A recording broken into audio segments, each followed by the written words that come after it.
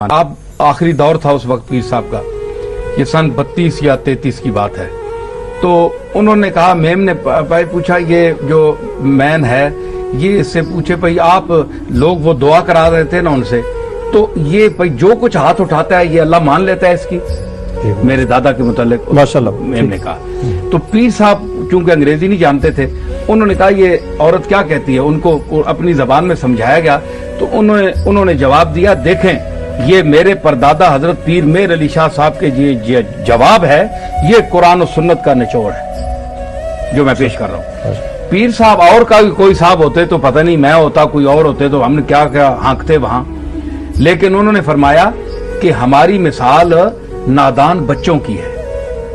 اللہ تعالی مالک ہے، خالق ہے، وہ جانتا ہے کہ جو چیز میں مانگ رہا ہوں یہ میرے حق میں نفع مند ہے یا نقصان دہ ہے، یہ اللہ جانتا ہے۔ ہم نے کہا ہمیں یا اللہ فلاں چیز دے دے، ہمیں اس کا انجام تو پتہ نہیں، ہم نے مانگ تو لی، لیکن مالک جانتا ہے کہ اس کے حق میں کل یہ نفع مند نہیں ہوگی، اللہ نہیں دے گا۔ جس طرح آپ نے اس کی مثال دی کہ ایک بچہ ہے، بچہ وہ انگار کی طرف لپکتا ہے، ادھر اس کے ساتھ ایک لال بھی رکھا ہوا ہے، ادھر لپکتا ہے۔ اب بچے کو پتہ نہیں میں نے انگارہ اٹھانا ہے یا وہ لال اٹھانا ہے، وہ بھی سرخ ہے یہ بھی سرخ ہے، تو اب وہ لال کی طرف ہاتھ اٹھانے کے بجائے انگارے کی طرف اٹھائے گا تو اس کا ہاتھ جل جانے کا جو اندیشہ ہے یہ بچے کو پتہ نہیں ہے، اس کا باپ یا ماں پکڑ لے گی، چاہے وہ روتا رہے، وہ کہے گا میں یہی اٹھاؤں گا، وہ نہیں اٹھانے دیں گے۔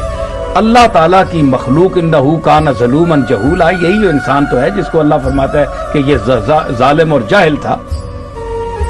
تو جب ہم مانگتے ہیں تو ہمارا کام ہے بچوں کی طرح رونا اور گڑ گڑانا اور مالک سے مانگتے رہنا۔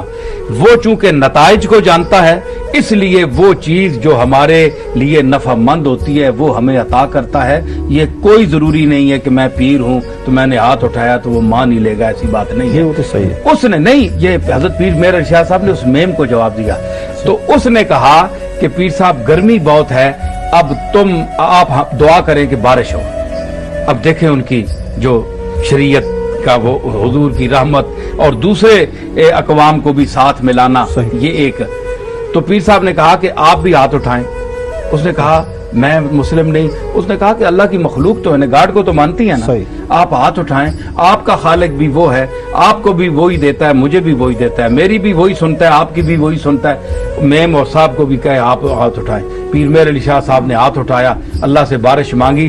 ابھی جو انہوں نے خیمہ لگایا تھا 1 میل گولڈا شریف سے دور، وہاں پہنچے نہیں تھے کہ بارش آ گئی ماشاءاللہ۔ 3 دن کھل کر برسی، اتنا برسا ٹوٹ کے بادل ڈوب چلا میں خانہ بھی، وہ تو ساری ندیاں اتنیاں بہ گئی۔